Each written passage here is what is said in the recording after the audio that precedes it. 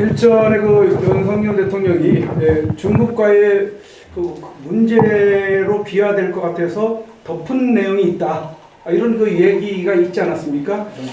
지금 대한민국이 그 부정선거의 배후에 중국이 있다는 것은 뻔히 알면서 중국과의 문제 때문에 그 문제를 덮었다. 이 얘기가 과연 이게 모순이 있는 거 아닌가 이런 생각이 듭니다.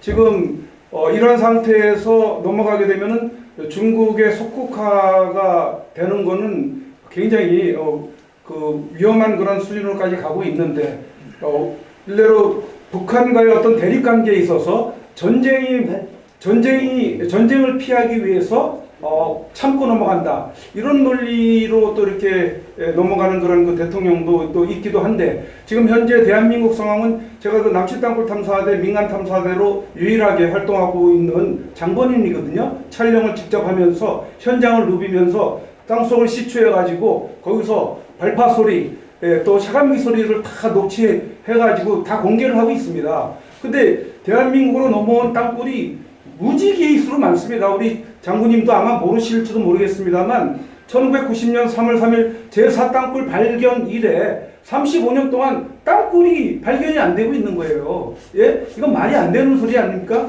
거기 제4땅굴 발견한 그 당사자가 드르르르 하는 안반 깨는 소리를 가지고 찾았습니다. 근데 35년 후에 지금 인천에서 그런 소리들이 부지기수로 나고 있습니다. 거기에 대해서 발파 소리까지 저희는 다 탐지를 해내고 있는데 다 무시당하고 있어요. 그러면 군에서 알고 있음에도 불구하고 전쟁이 두려워서 전쟁을 피하기 위해서 과연 그러고 있을까요? 아니면 막는 세력이 있어서 그럴까요? 마찬가지로 우리의 그 지도자 과연 이 전쟁 앞에서 두려워하고 하는 피해서 가야만 하는 그런 그 비겁한 그 지도자 또는 대통령 상을 우리가 과연 이해를 하고 넘어가야 될 것인가, 여기에 대해서 좀 평가를 좀 해주시면 좋을 것 같습니다. 대통령께서 그렇게 말씀을 하신다면 그건 10년이나 20년 후에 할 이야기예요. 지금 이렇게 우리가 어지러울 때 정말 이런 이야기를 내가 하면 전쟁이 날까봐 이야기를 못하는 거는 그건 대통령답지 않은 소리예요. 예. 그래서 우리가 국민들이 정신을 똑바로 차려야 국민 저항권을 발휘할 수 있는 겁니다. 예. 그래서 그런 점은 저는 좀 그 대통령다운 그런 이야기는 아니었다. 그리고 지금 이 땅굴 이야기를 많이 하셨는데 저 이재명이 얼굴을 보면요 날짜 기다리는 얼굴이에요. 그래, 너 두고 봐라. 몇 월 며칠이면 니네들 끝난다. 이런 자신에 찬 얼굴이거든. 내가 이 권투를 했기 때문에 이 얼굴만 보면 뭐가 나올 줄 알아요, 내가. 예. 그 내 관상을 잘 본다니까.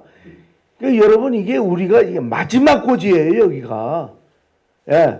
그래서 솔직히 이야기해서 우리나라는 1945년 8월 15일 날 일제로부터 해방될 때 미국이 2차 대전으로 승리함으로 해서 우리가 세컨데리를 우리가 해방을 찾은 거지, 우리 스스로가 피 땀을 흘려서 찾은 그런 해방은 아니었잖아요. 그러니까 지금이야말로 우리가 국민저항권 말씀하셨지만 지금이야말로 우리가 싸워서 찾아야 돼요.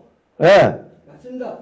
그렇지 않으면 이 고귀한 자유는 잘 모릅니다. 아까 말씀하셨지만 지금 우리 젊은 세대들이 이제 이번에는 뭐 많이 깨우쳤다 하지만 자유는 방종이 아닙니다. Freedom is not free. 말은 많지만 자유는 방종이 아니에요. 내가 하고 싶은 거 다 하는 게 자유가 아닙니다. 예. 그래서 우린 정말 올바른 교육으로 대통령부터 그런 말씀을 하면 안 돼. 내가 이거 이야기하면 한국과 중국하고 바로 전쟁이 날까봐 이야기를 숨겼다. 그 20년 후에 가서나 이야기를 하시지. 지금 하면 안 되는 거예요, 그런 거는. 예. 예, 말씀하십시오.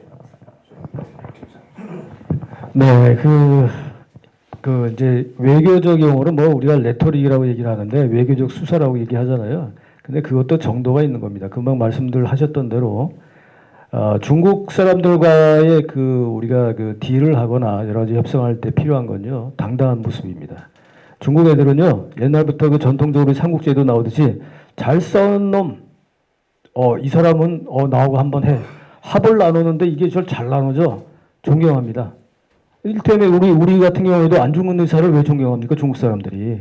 안중근 의사는 쟤네들 껍질 죽어요. 윤봉길 의사도 그렇지만 안중근 의사. 그리고 안중근 의사에 대해서는 그 다음에 김구 선생이 있습니다. 김구 선생에 대한 평가는 다르긴 한데 저희 이제 북경대에서 제 북경대에 나왔잖아요. 북경대에서는 매년마다 김구 포럼이 있어요. 한국 사람 이름 하는 게 처음이에요. 이제 김구 선생에 대한 평가는 다른 걸로 하고 어쨌든 그 사람들은 자기들이 못했던 거에 대해서는 평가를 해줍니다.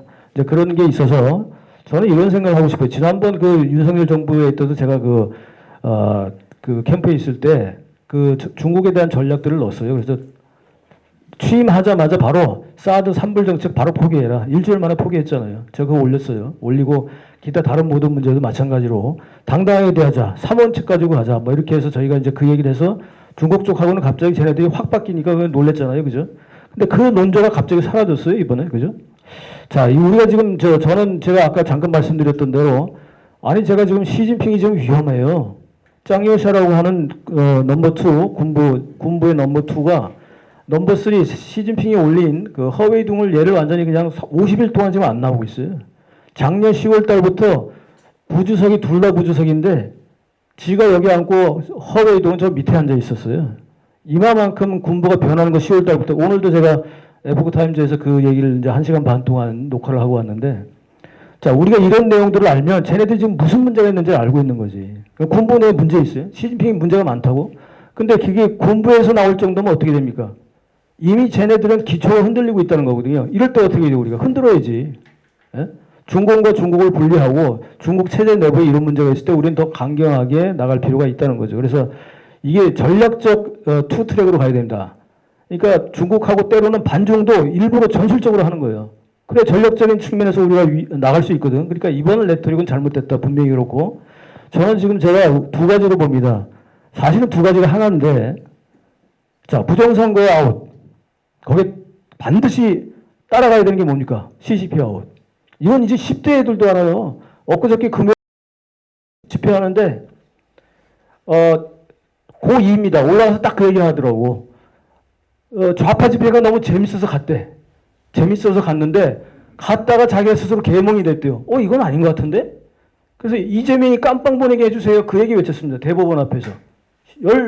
고2면 몇 살이? 그리고 오늘 중간고사 끝나자마자 왔습니다. 이러는 거야, 여기서. 자, 20대, 20대, 3대, 10, 20, 30이 이만큼 깨어 있습니다. 그렇다면 아까 제가 말씀드렸던 대로 우리는 이제 미래를 볼 수 있는 이런 대통령이 돼야 되고 자신감 있게 당당하게 할 수 있는 사람이 나와야 되는데 그런 측면에서 지금 현재 오히려 오늘 시진핑이가 갑자기 무너질 수도 있어요. 그런 상황까지 와 있습니다, 현재. 그러니까 이런 부분을 우리가 알면 오히려 쟤네들이 지금 뒤에서 부정선거 하잖아요. 제가 2017년 2월 21일 날 북경에 있을 때 한팡민이라고 하는 당시의 정협의 외사위원회 부주임이 있어요. 차관이에요. 현직 차관. 근데 차관학계의 회장이기도 하고 제가 15년부터 거기 연구위원으로 있는데 그 친구는 저한테 같은 북경대 동문이고 내가 차관인데 문재인을 못 만나니까 만나본 적도 없고 김학사가 가가지고 북경에서 제가 활동할 때입니다. 가가지고 이 얘기만 전하면 문재인이가 안 만나주겠냐 그러더라고. 그랬더니 걔는 이제 67년생이고 저는 61년이니까 이제 6년 차이 나는데 그랬더니 대선 자금 무한정 대줄 테니까 나 좀 만나게 해달라. 그거 제가 작년 9월호 월간조선 9월에 깠어요. 국정원이가 여러 번 얘기했는데 말 안 듣고 이 새끼들은 거기 아시다시피 여러분들 거기 좌파 애들도 있으니까 정보가 오히려 요즘 안 줘요 제가. 서울경찰서도 살고 번청에서 찾아오는데 제가 그 얘기를 이제 안 해요. 비밀경찰서 동방명주 잘 알죠. 그래서 그런 것들 어쨌든 있는데 다시 얘기 되돌아와서 부정선거 대선은 이미 2017년부터 있었다는 거죠. 왜냐? 2월 20일 날 저를 만났어요. 북경에서. 그리고 5월 10일 날 선관위에서 발표했습니다. 문재인이 당선됐다고. 5월 10일 날 차월학회 홈페이지에 자기 신문에 문재인하고 악수한 게 사진이 올라왔어요. 이거 어떻게 만난 거야 도대체? 2월 22일부터 5월 9일까지 어떻게 된 거야? 문재인이가 거기 갑니까? 바빠 죽겠는데 선거 때 안 갔을 거 아니야. 그럼 누가 왔어? 김진표가 중간에서 연결을 했습니다. 그리고 김진표가 그 해에 2017년 5월 10일 날 대통령이 됐죠. 8월 달에 국제자문위원이 됩니다. 사흘학회에.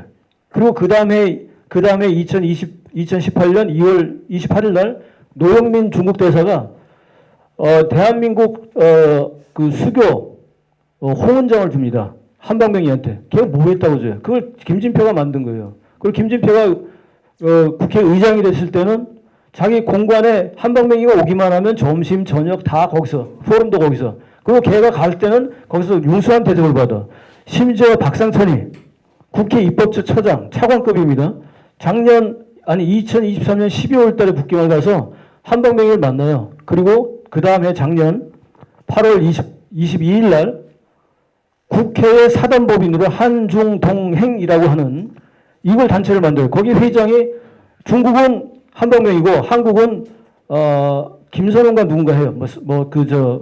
기업가인데 거기에 권영세도 들어가 있고 기본적으로 우원식이나 뭐 박정희나 이런 애들뿐만 아니라 권영세 들어가 있고 김진희 들어가 있고 이렇단 말이에요. 그러니까 이게 어느 정도까지 들어가 있느냐. 오늘 제가 이제 에포크에서 할 때도 초기 1단계에서는 우리가 기본으로 거점 잡기라고 해서 언론인들, 여야 정치인들, 뭐 간복이죠. 이건 뭐 기본적으로 외교에서 하는 거니까 그 정도까지는 오케이. 근데 두 번째는 중점 기관 잡기를 합니다. 그러면 거기에 들어간 게 지방자치단체 들어가 있잖아요. 강기정이지만 어떻게 광주에서 지금 그 좌빨짓 하고 있습니까? 다 알잖아요, 그지?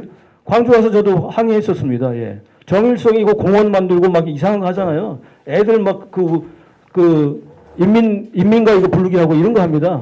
그러니까 거기다 그다음에 그 강원도 도지사 뭐 등등 이런 게 많아요 지금. 그러니까 이런 지방자치단체를 포함해서 이제는 국회까지 들어가 있다고. 마지막 남은 게 뭐냐 지금 이번에 행정부, 사법부, 입법부의 수장들 잡아서 대한민국을 속국화시키는 그 단계에 와 있다고. 마지막 전쟁이 이게. 그래서 부정선거 아웃과 CCP 아웃이 같이 가야 되는데 이게 뭐냐?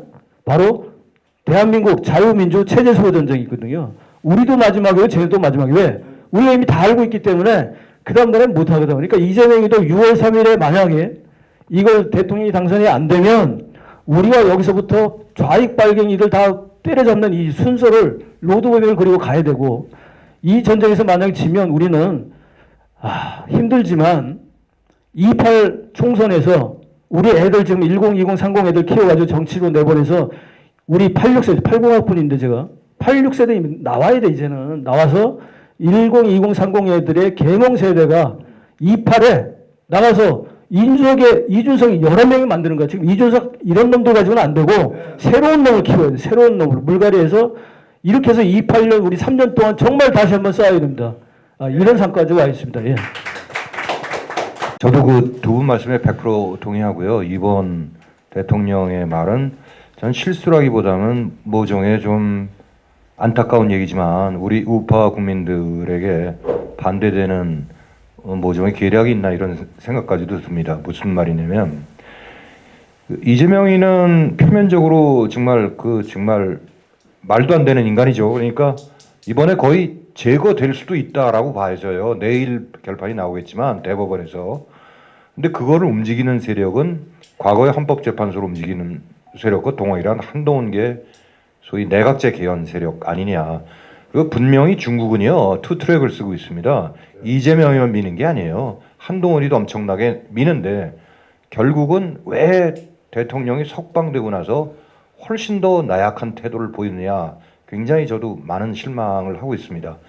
탄핵 인용과는 별도로요. 그래서 그런 것 자체가 상당히 정말 제가 생각하기에도 이해가 안 되는 부분인데 이런 생각을 합니다. 그래서 이재명이 제거는 오히려 국민들이 아주 굉장히 단일화돼서 뭉칠 수 있는데 만약에 내각제 개헌이 통과되면은요 훨씬 더 어려워집니다. 그리고 그게 훨씬 더 국민들이 싸우기가 어려워집니다. 그래서 우리는 둘 다 양비론적으로 같이 싸워야 될 것 같습니다. 이상 제가 말씀드립니다.